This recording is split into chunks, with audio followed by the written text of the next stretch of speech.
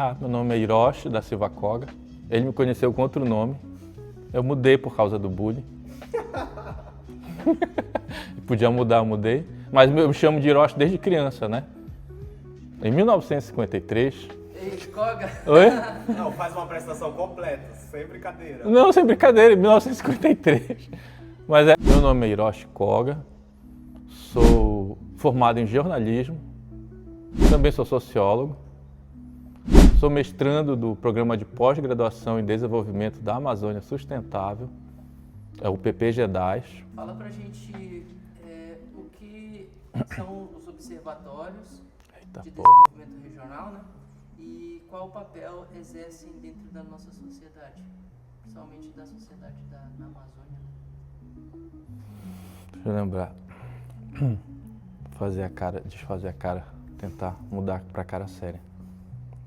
Eu estou tentando somar, que tem muita informação na minha cabeça, estou juntando aqui sobre observatórios, mas o que não tem. Porque o termo observatório, ele é multifacetado, ele é um termo que está em constante transformação, né?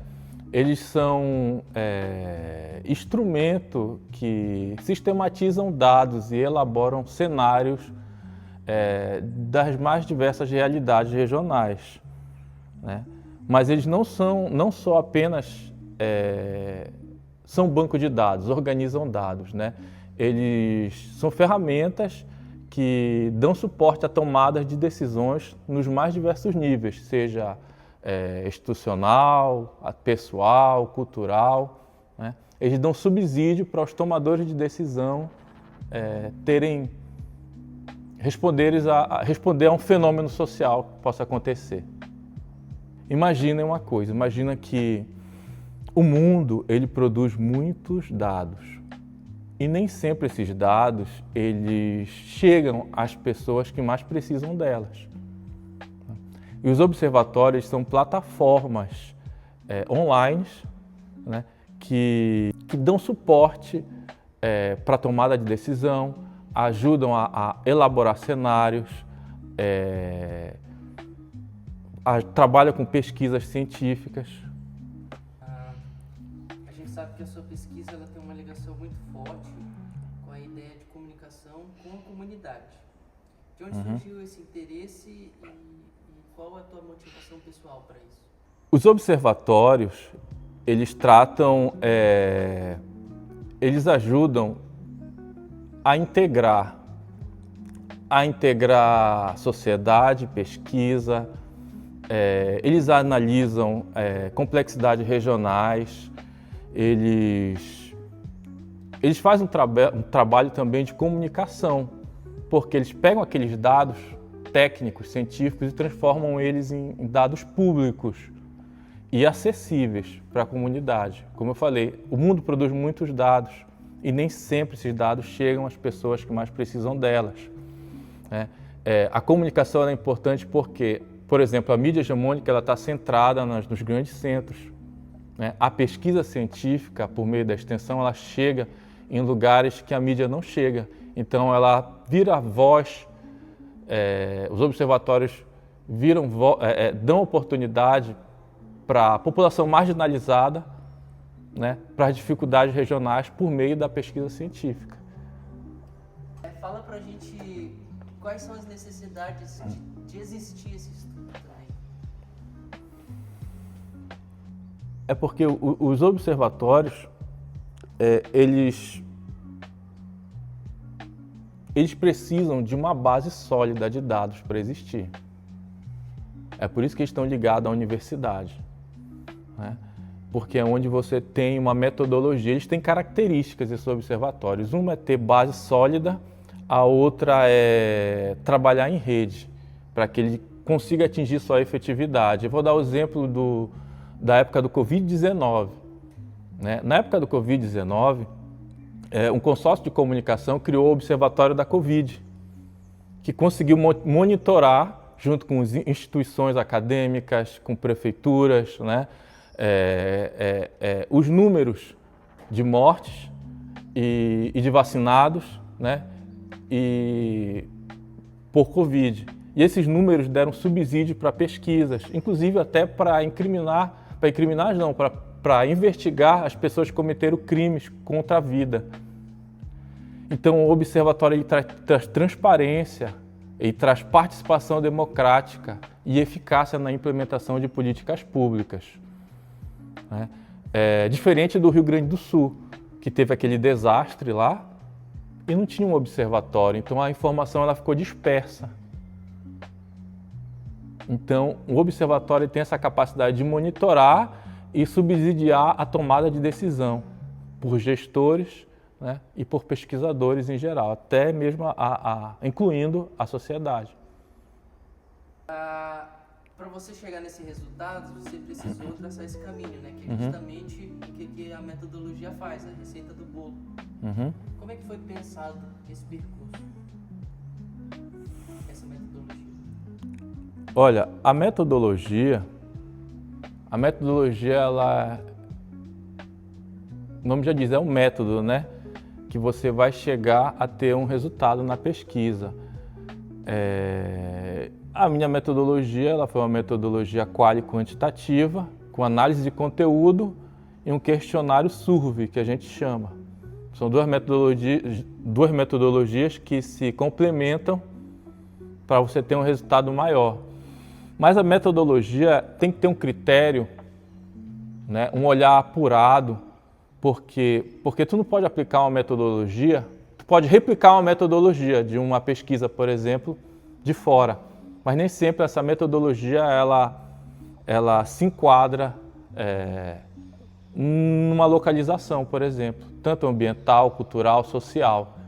Então, as metodologias elas têm que se adaptar, né, ao teu objeto de pesquisa. Você trabalhou tanto com a análise dessas informações disponíveis online, né, quanto com pessoas ligadas ao observatório, correto? Certo. Como é que foi equilibrar essas duas formas de pesquisa?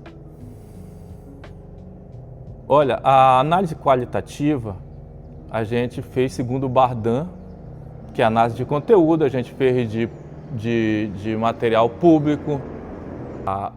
O questionário estruturado, ele investigou os dados que não são abertos, né? Por meio das respostas dos gestores sobre a infraestrutura, a economia, de como é que funciona um observatório internamente. Então são duas metodologias que se complementam. A análise de conteúdo, que vai analisar todas as plataformas dos observatórios visualmente, e a survey, né, que é o questionário estruturado, que vai a gente vai questionar o gestor sobre algumas questões dos observatórios. Das etapas da sua pesquisa, qual que você achou a mais difícil, a mais desafiadora para você? A mais desafiadora, a fase mais desafiadora da pesquisa é a entrevista estruturada, porque os professores, eles não respondem a tua pesquisa, entendeu? Você precisa de e-mails. E eu usei e-mails da comunicação, da assessoria de comunicação, para arrancar essas respostas deles. Até falei para o meu professor, será que é ético? Né? Eu vou responder. Eu falei, professor, você manda um questionário dizendo que é uma pesquisa para o professor, eles não respondem. Então você manda um e-mail assim, dizendo, olha professor, eu sou assessor de imprensa, faço parte da maior rede de imprensa da América Latina e queria fazer uma reportagem com você. E eu vi que o seu observatório tem um grande potencial midiático. 2 minutos eles respondem o teu e-mail. Entendi. Mas o que era? Trata-se de uma investigação que eu estou fazendo que inclui um projeto de mestrado que vai resultar numa reportagem para as grandes mídias. Então o professor gosta de estrelismo. Pode botar aí, que isso é verdade. E eu já pensando em tirar. Se você explicar para alguém de fora da academia, né? O que é o observatório, o que é tudo isso que você falou pra gente, análise de dados, como é que você resumiria o grande propósito dessa sua dissertação? O propósito da minha dissertação, né, parte da hipótese que os observatórios ligados à área PLURD, que é a área de Planejamento Urbano, Regional e Demografia, eles não se comunicam com a sociedade. Eles não têm uma estratégia de comunicação ativa com a sociedade, ou seja, um observatório vinculado à universidade não tem uma estratégia de comunicação com a sociedade. E o resultado do meu estudo foi o seguinte, que eles não têm mesmo. Eles não se comunicam com a sociedade. A comunicação dos observatórios da área PLURD, elas ficam fechadas naquele circuito primário de legitimação, que é o público acadêmico. Isso é o resultado já da pesquisa. O segundo item é que ela se comunica com o público e tem dificuldade de fazer com que a sociedade coopere. Por quê? Problema de comunicação. Usam tecnologias atrasadas, né? Não se adaptam ao fluxo de comunicação, né? Não ficam alerta e vigilâncias, alerta e vigilante, né? A convergência midiática, as mudanças, né? Da mídia, dos meios. Então, isso dificulta com que o conhecimento científico chegue às pessoas. Uhum. De que forma você imagina que esse trabalho pode se conectar com a realidade social? Quando você consegue visibilizar informações, você municia a população, você empodera a população, você consegue confrontar, você consegue fazer com que políticas públicas sejam criadas a partir daquele dado. A Amazônia, ela tem diversos observatórios socioambientais, né? Que eles dão transparência a esses dados, né? E esses dados eles podem ser usados para levar denúncia, para criar leis dentro da Amazônia. Nós temos o Observatório BR, nós temos diversos observatórios da Amazônia, o OMARA, né, que investiga a questão costeira. Então, esses observatórios eles conseguem visibilizar esses problemas, né, sociais e municiar os gestores para a tomada de decisão. Quais barreiras você encontrou nesse caminho? Quais barreiras eu enfrentei para chegar no resultado? A principal barreira é a comunicacional. Os observatórios são plataformas de comunicação que não se comunicam. Você entra em contato, eles não respondem. Eu precisei de meios, né, diferenciados, que não é uma conversa, não é uma apresentação formal para que um professor responda a tua pesquisa. Usei meios para que eles pudessem responder os meus questionários, né? E teve essas limitações. Por exemplo, eu só analisei o dado oficial e entrevistei os gestores. Faltou a opinião pública, a opinião de quem consome esse conteúdo, né? Para poder mensurar o impacto da comunicação. Para a prática, quais pontos você percebe como os mais delicados para que os observatórios consigam dialogar de forma mais clara com o público? Existem vários. Eu acho que o principal é a universidade assimilar os observatórios, porque eles são realidade, né? Para ter um orçamento específico para que ele tenha uma progressão, tanto em publicações, quanto em visibilizar os dados. Por exemplo, a gente tem alguns observatórios que são exemplos. O Observatório ABC, em São Paulo, da Universidade ABC. Ele ajuda os municípios no plano educacional. Ele intermedia o diálogo entre indústria e sociedade. Então, um observatório ele consegue ser o centro das decisões de uma sociedade, quando ele chega ao seu objetivo pleno, a sua funcionalidade plena, que é trabalhar integrado e ter base sólida de conhecimento, de dados. Integrado com instituições, com mídia, né? Ele vira um agente influenciador de políticas públicas. O que a sua pesquisa já conseguiu revelar de mais interessante? Não, ela não é interessante, é uma realidade triste, é que os observatórios não se comunicam com a sociedade.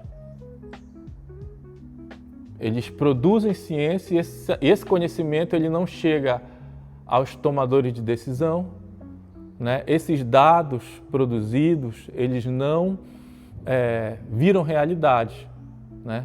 A população, ela não, os observatórios não conseguem envolver a população na coprodução de conhecimento científico, né? Por quê? Porque a comunicação deles é ruim, não é eficiente, não existe um plano de comunicação ativa desses observatórios. Os sites são atrasados em tecnologia, temporariamente, tecnologia temporal, né? Então, eu acho que precisa existir um financiamento específico para que esses observatórios funcionem de forma plena. No Brasil, hoje, existem 51 programas de pós-graduação. 16 deles usam observatórios para se comunicar com a sociedade. Se tu pudesse só finalizar respondendo por que vale a pena fazer pesquisa no Brasil. Porque sem ela a gente não consegue evoluir. A pesquisa científica ela nos dá subsídio para construir tecnologias, para criar políticas públicas, né? Sem a pesquisa só sobra o bolsonarismo. Cara, se não fosse esse final aí... Pode falar de novo, sem a pesquisa só sobra a burrice, alguma coisa do tipo. A ignorância, fala assim. Só sobra a extrema-direita. Ótimo. Não, sem a pesquisa sem a pesquisa o país ele não cresce no desenvolvimento na ciência, na tecnologia. A pesquisa científica é a base, né, para o desenvolvimento de uma sociedade.